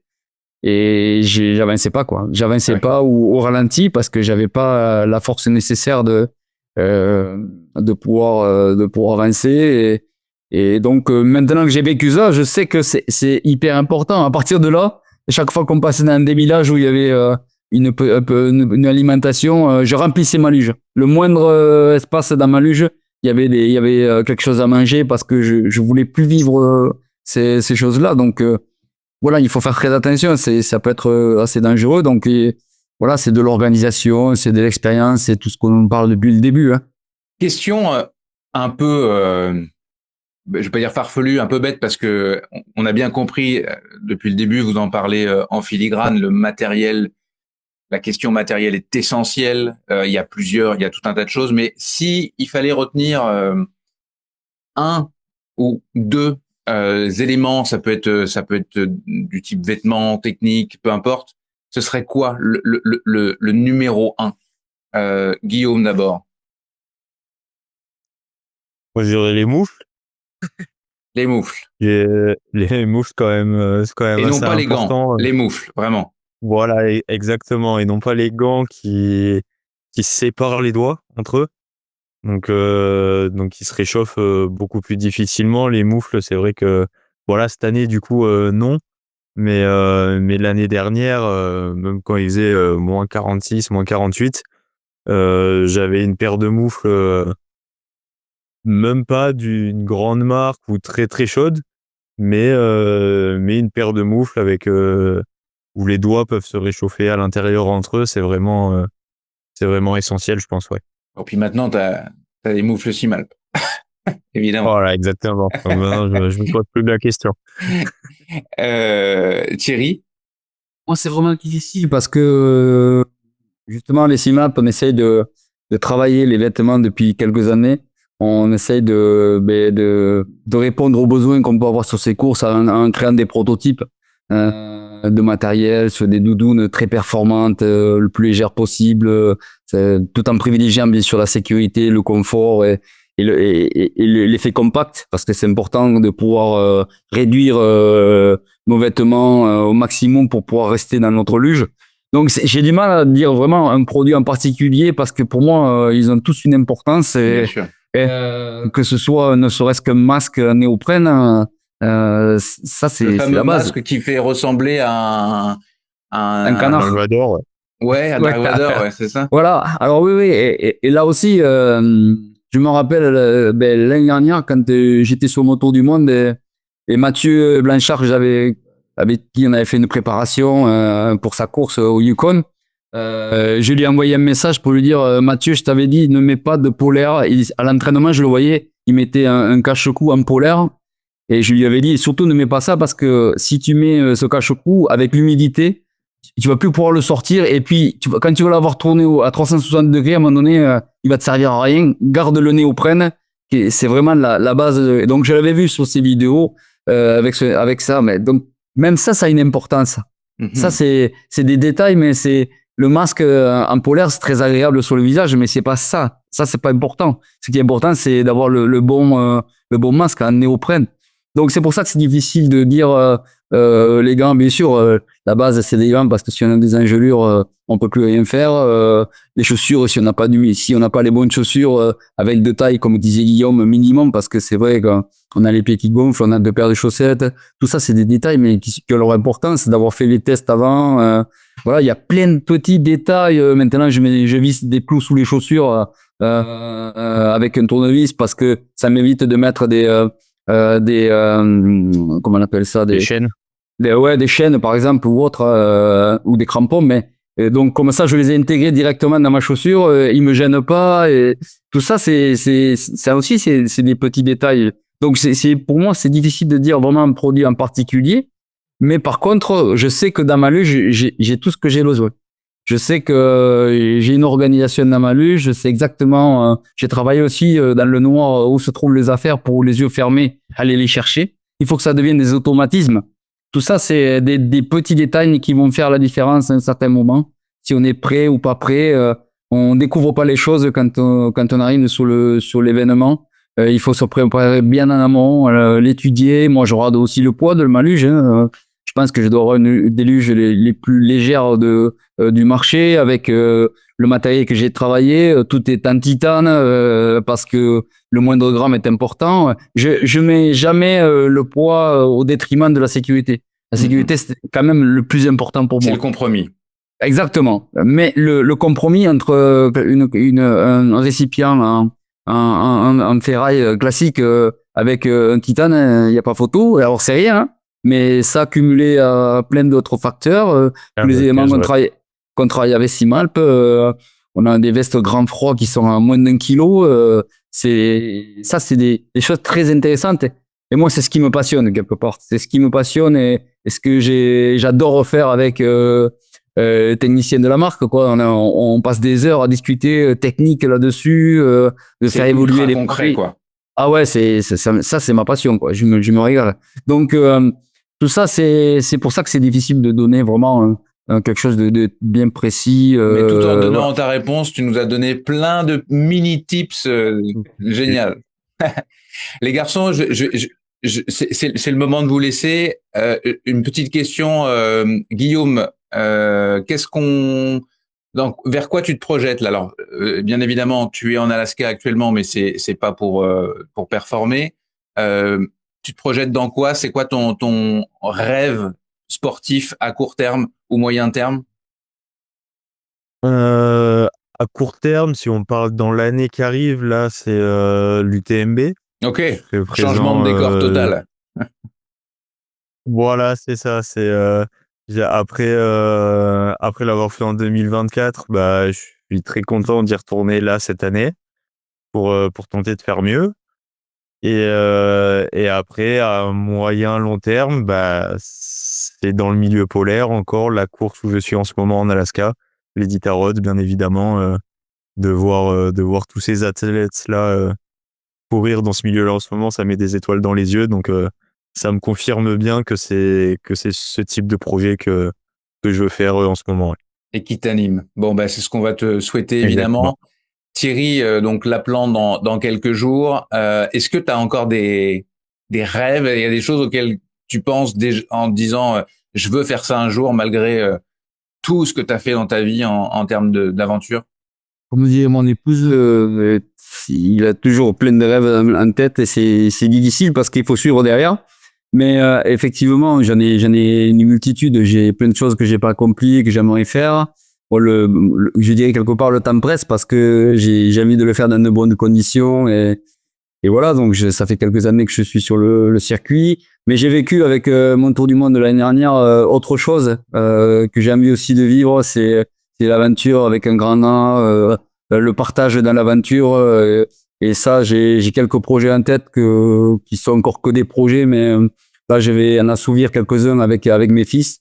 Donc, dans quelques mois au Yukon pour le faire en kayak. Après, j'en ai d'autres. Certainement un autre en Alaska, la Race to Alaska en régate avec un tout petit bateau. J'aimerais bien faire ça en 2028. Il y a l'Himal Race que je réfléchis aussi. Il y a le Tour des Glaciers, la Swiss Peak. Enfin, il y en a Ok, pour moi.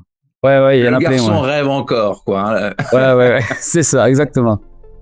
Merci beaucoup, messieurs. C'était passionnant de parler avec vous. J'aurais pu rester encore pendant des heures, ça c'est certain. Et on va continuer de vous suivre dans vos expériences respectives. Bon, Merci. bonne continuation. Merci à vous deux. Merci beaucoup, à bientôt.